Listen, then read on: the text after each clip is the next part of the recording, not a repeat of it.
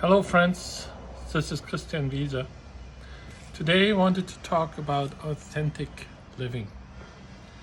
Um, so when my awakening started, I was really excited. There was magic in the moment that I've never experienced. There was light shining that I'd never seen to that extent. And I did write a couple of books. The Magnificent Experiment was the first. The Way of the Meister was the second. Just trying to capture that amazing here and now that I perceived. And those are good books. I would recommend them. But afterwards, when I studied a little bit more the non-duality, I kind of realized there is still a storyteller. There's still a light worker, a teacher, an author, a coach.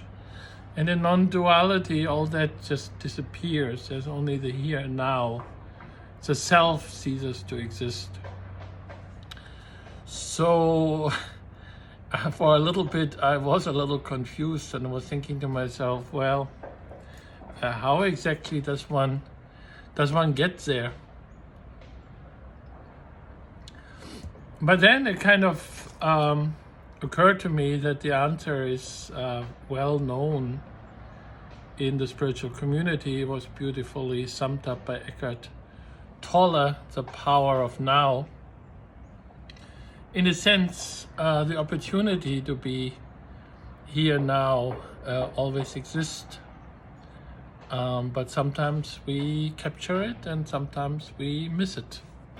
A Facebook friend coined the expression of the 10 deadly sin: envy and pride, gluttony and greed, lust and laziness, anger and fear, shame and guilt. And quite frankly, we all have it from time to time. There are times when I'm greedy. There's times when I'm envious. There's also times when I'm lazy. But would I ever define myself that way? Would I say I'm the fearful person, or would I say I'm a greedy type? No, I would not, because mostly it does not define me. When you think about it, it's the situation that brings out those attributes. And the example I would have is jealousy.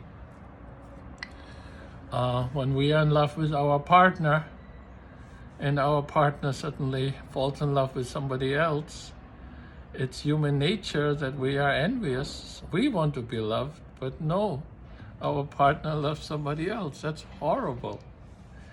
So it's not that something is wrong with us, it's just something is wrong with the situation. But the situation always mirrors back what we need to experience. So to an extent, if our partner decides to fall in love with somebody else, she just shows to us that there is still some jealousy inside of us, and we need to respect that. I learned something very important from J. Krishnamurti. I think it really has the answer to that dilemma that I described. How can we be fully in the here and now? And he says something very interesting. He says, do not bother so much about the subconscious and the unconscious. When you're truly still, when you don't have the desire to move anywhere, when you're just peaceful here and now, a consciousness appears, which I would write with a capital C, that in a sense encompasses the subconscious, the unconscious. Everything you need to have, you have right here.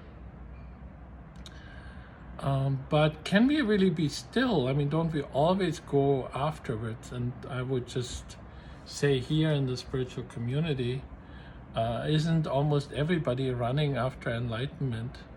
So isn't that the admission that you're not happy here and now, that you wish you were somebody else? A lot of people tell me, I want to be sure that this is my last life. And I say, who exactly desires that this should be your last life? If you really lived in heaven on earth, then would you really have that desire? Where is that desire coming from? Maybe it's because all the Indian gurus and the Buddha himself told you over hundreds of years that you need to be sure that this is your last life. The Christians aren't any better. They say we need to end up in heaven, not in hell. Yet, what we really have is the here and now. That is the opportunity. That is heaven on earth. And that brings me to authentic living.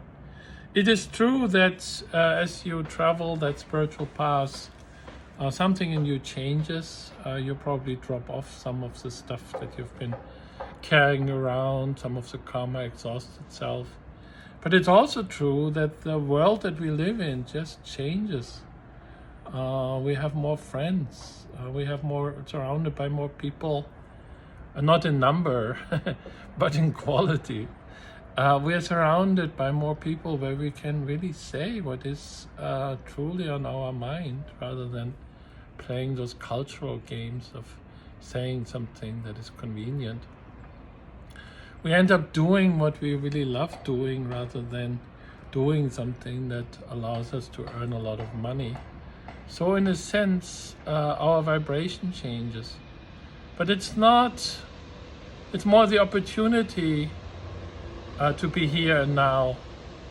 We have more opportunities, that's how I would put it. It's not really that authentic living gets us to a state of enlightenment. It just gets us to a place where more often than not, we actually can be aware of the 10 deadly sins once again take over. And we can become more aware of the opportunity to be in the here and now, which just means the self becomes an antenna for the higher energies to flow through, and thus the self kind of ceases to exist at the time. So last video as well, I quoted Ajahn Chanti, who I feel brings out that opportunity in the here and now to be absolutely still, beautifully. Let me read it one more time just because it's so good. We are not bringing struggle to an end. We are not trying to not struggle anymore. We're just noticing that there is a whole other dimension to consciousness that in this very moment isn't struggling, isn't trying to get somewhere. You can literally feel it.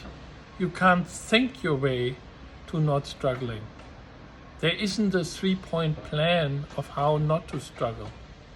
It's really a 1-point plan.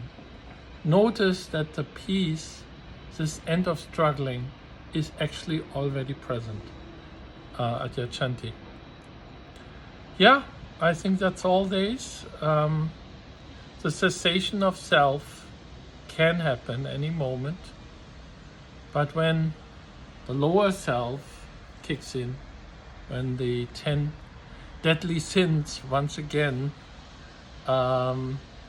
took power from us, all we have to do is be mindful and open up to the next here and now.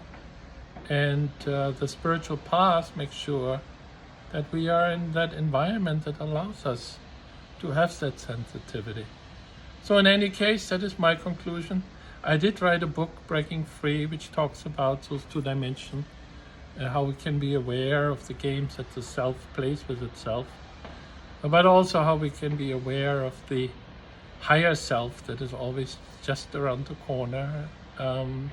Breaking Free, you can check it out on Amazon.